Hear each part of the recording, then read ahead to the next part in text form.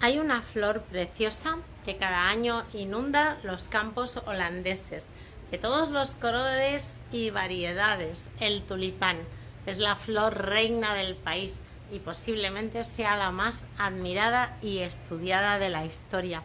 Es evidente que uno de los motivos por los que ha generado siempre tanta admiración es su belleza, pero detrás de su apariencia esconde una historia que muchos no conocen y que dio lugar a la primera burbuja especulativa y a una de las crisis económicas más impactantes que ha habido nunca. ¿Ya sabes de lo que te voy a hablar? ¿Sí? Vale, sabes ya de lo que estoy hablando, claro que sí, conoces esta historia, ¿no? Pues ponte cómodo y presta atención, porque te la voy a contar y estoy convencida de que de ella sacarás una importante lección. ¡Vamos allá!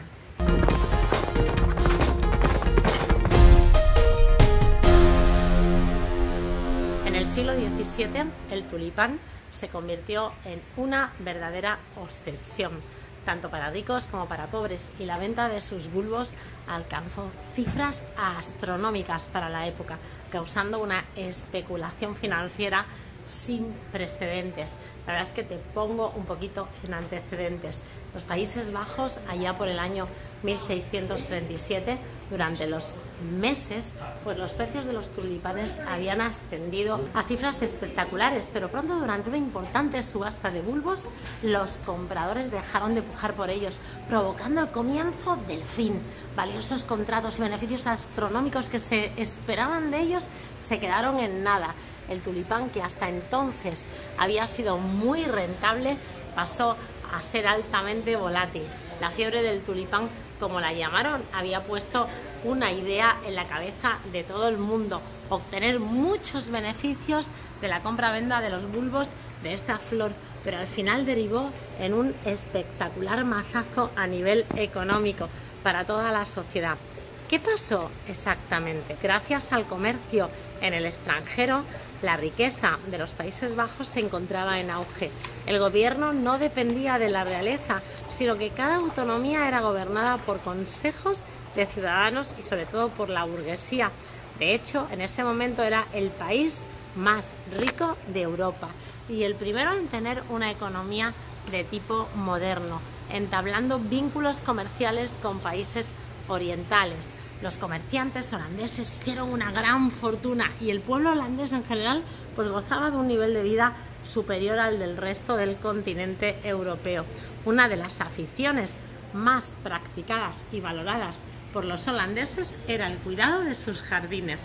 El tulipán, traído desde Turquía, era una de las flores más exóticas, apreciadas y codiciadas, y su amplia variedad de colores y formas no daba abasto. Es decir, que el cultivo del tulipán se hizo viral, como diríamos ahora, como si fuera algo que hubiera salido en el canal de YouTube.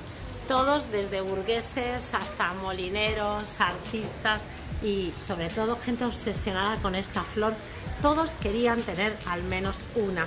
Se movía un sinfín de bulbos diferentes a la par de grandes cantidades de dinero. Las transacciones se hacían sobre todo entre campesinos y artesanos que comerciaban en tabernas y que comerciaban también incluso en las trastiendas de los locales. ¿Cómo lo hacían? Bueno, pues la verdad es que los bulbos se pesaban y el vendedor hacía saber qué precio quería por ese bulbo. Después, quien quería comprarlo apuntaba en una pizarra el dinero que ofrecía por él. El administrador fijaba un precio que se situaba entre las expectativas del vendedor y la oferta más alta de los posibles compradores. Sabiendo poco o nada acerca de los tulipanes, la gente se lanzaba a invertir en ellos, porque algo sí sabían, que su demanda estaba en alza. Para que entendáis mejor la siguiente parte de la historia, os cuento un poco más sobre el cultivo de los bulbos del tulipán en Holanda en esa época y tal vez así entiendas mejor la fiebre que hubo. Lo que se hacía era que se desenterraban los bulbos tras su floración para prevenir que las plagas se los comieran y también para obtener bulbos hijos que diesen flores idénticas de cada variedad. Los precios no dejaban de subir porque cada vez más gente se animaba a especular con ellos. Los beneficios aumentaban para todos, pero siempre dependiendo de la variedad del tulipán que se comprara y se vendía. Los más raros y coloridos eran los más cotizados. Las expectativas de poder aumentar el valor de una planta que a lo mejor alcanzaba el 100, el 200%, aumentó la codicia y la ambición de los especuladores. Ojo al dato, un bulbo raro que diese flores muy llamativas valía lo mismo que comprar 4 cerdos bien criados. En aquella época era absolutamente una gran barbaridad. Y claro, algunos incluso manipulaban los bulbos para intentar crear nuevos tipos, ya fuese cruzando varios tipos diferentes entre sí o incluso utilizando nuevos métodos de injerto y de conservación de los bulbos. La verdad es que se hacía de todo, como siempre, por ganar dinero. Quienes comerciaban con tulipanes entendían que el comercio implicaba cierto grado de confianza, porque los bulbos no te dicen qué tipo de flor darán. Tenías que confiar en la palabra de quien te lo vendía, y algunos, vaya que sí se aprovechaban de esto. Ya sabes que hay siempre pillos por medio. Para evitar el engaño se hacían, sobre todo en aquel entonces, clasificaciones de bulbos y se guardaban cuidadosamente catalogados, pero aún así había riesgos. Los ejemplares más valiosos, los más raros, lo eran porque estaban infectados por un virus que le daba ese aspecto y colores tan extraño. Pero el azar jugaba un papel importante porque nunca se sabía qué bulbo estaba infectado o no, y si saldría o no una flor de estas llamadas alucinantes. Incluso se crearon libros con descripciones completísimas e ilustraciones magníficas hechas por grandes artistas de la época que servían como publicidad de cada ejemplar, lo que vendría a ser una versión temprana de lo que es un catálogo moderno de ventas. O sea, imaginaros cómo estaba ya la cosa. Los bulbos se tenían que plantar en otoño y recogerse en primavera, y se debían organizar y sembrar cuidadosamente sobre su clasificación.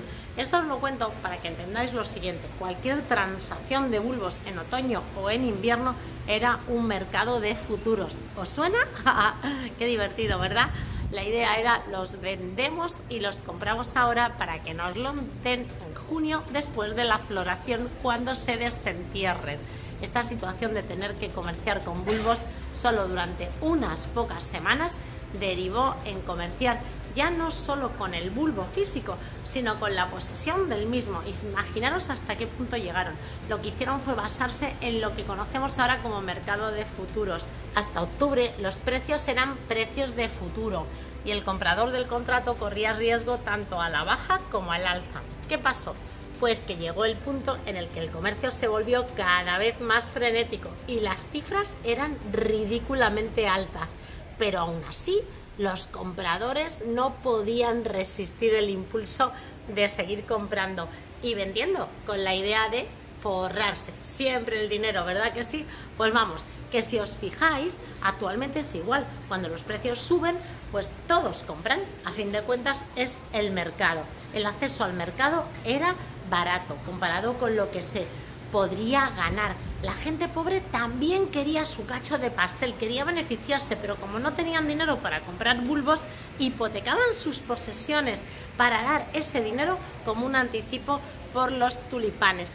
Les compraban pagarés al dueño del futuro tulipán. Imaginaros hasta dónde llegaban. La idea detrás de esto era: si invierto todo lo que tengo en tantos bulbos como pueda y después transfiero la responsabilidad del pago a otra persona antes de que el bulbo se desentierre, ganar, ganar, ganar y cada vez más dinero. ¿Se entiende? ¿Sí? Los precios llegaron a cifras de locura. Y claro, esto hizo que los ladrones de bulbos fuesen cada vez más numerosos y estuviesen mejor preparados. Incluso surgió una variedad, se llamaba el Semper Augustus, que llegó a tocar techo como la variedad más cotizada y valiosa del bulbo del tulipán de la historia. Llegó a costar lo que una gran propiedad inmobiliaria en Ámsterdam en aquella época. Por lo más sorprendente es que nadie la había visto nunca.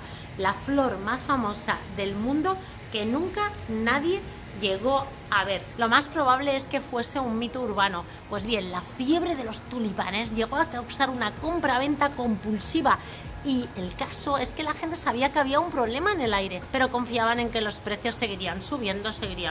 Las pujas llegaron a un nivel totalmente irracional, sin juicio ninguno y guiadas más por adicción que por inteligencia. Vamos, cuando la especulación alcanzó su punto más álgido, era más un mercado de apuestas que un mercado de inversión. Con estos precios, ¿qué pasó? Pues que se empezaron a ver cada vez más compradores que se negaban a pagarlos y los precios empezaron a hundirse. Una burbuja, señores, y además de las gordas. Lo que pasa es que un poquito temprana en la fecha. Los precios de un activo suben muy rápidamente y luego caen de forma abrupta, como os comentaba al principio del vídeo. En 1637, de pronto, en una subasta de bulbos, nadie pujó por los lotes, se bajó el precio y nada, seguía sin haber pujas. ¿Qué implicaciones tuvo esto? Pues que la demanda de tulipanes se paró en seco, la burbuja se pinchó y las consecuencias económicas fueron para todos horribles. En un día el valor de los tulipanes cayó de golpe, de arriba a abajo, y todo el mundo quería vender y ya no había nadie que quisiera comprar.